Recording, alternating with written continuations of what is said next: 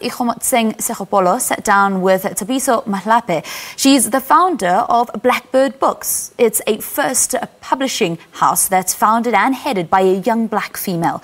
She's published stories from some notable names in the South African media industry, such as Redi Tlhabi, Nakane Toure, Marah Louw, and as well as Bonang Matheba's From A to B. Let's take a look at how their conversation unfolded.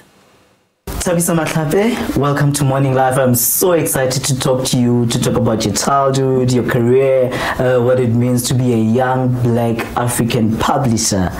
Let's perhaps start with you taking us back to Limpopo. I am a girl from Polokwane. Grew up in the township of Seshego outside of Polokwane. I am a mother of a 3-year-old. I am a publisher. I'm a columnist. And yeah, I'm just me. I had dreams of champagne and caviar. And that's not happening. But I think, I don't know that I had any sort of big dreams that were linked to my current life. I was reading. I read a lot. I started reading because I needed to teach myself English urgently because I'd been humiliated in the setup and I couldn't take it, so I needed to kind of redeem myself. And so I started reading. And I mean, you're growing up in Polokwane in the 90s, late 80s, early 90s, you don't know that there's something called publishing. You don't know that books are something that can be made in this country. I just thought books were like an overseas thing. So I didn't know that I could be a publisher, that I could make these things that I enjoyed so much. Why did you decide to venture into this industry of publishing? Wow, a long story. I went to University of Pretoria to apply for journalism, but they were full.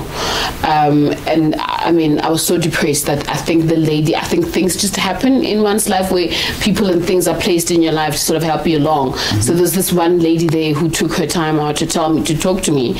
And she said to me, what is it that you want to do? What do you envision for yourself? And I told her. So she said to me, listen, you can study publishing. The base modules are almost similar. So if you wanted to switch next year, you could do that. That's where the space is. And I started publishing, and here we are. Talk to us about the first book you published. How did that make you feel?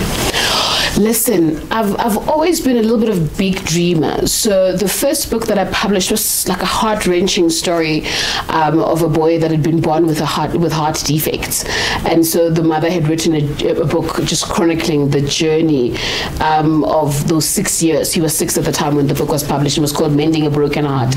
And I'm a stories person. Like, I'm all about heart and resonance and healing and just connecting people through stories. And I imagined that book was going to do incredibly well.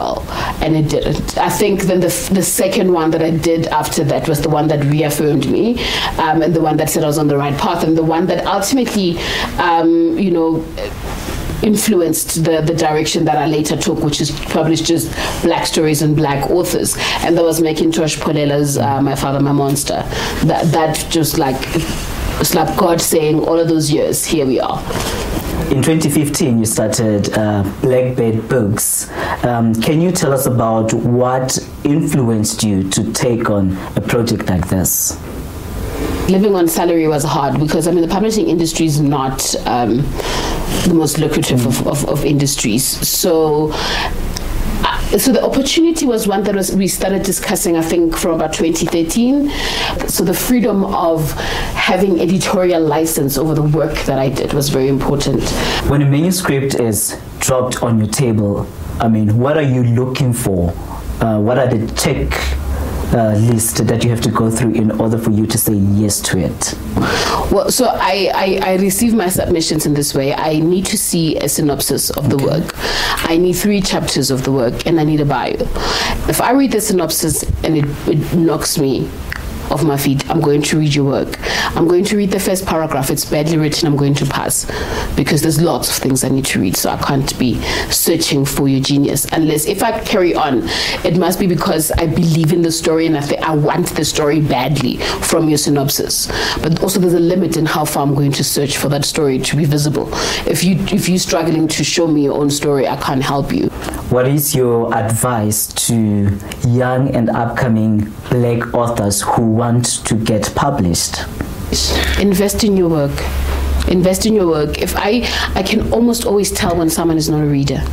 So and the audacity to think that you can write and people must read your work, but you're not reading anyone else, it's really shameful. I got a very great synopsis a while ago, but the delivery was shocking, and so I emailed this person back. I'm like, I really like your plot, but what are the books that you've read lately? And he told me of a self-help guru person who's self-published, who's very big in South Africa, who writes crap.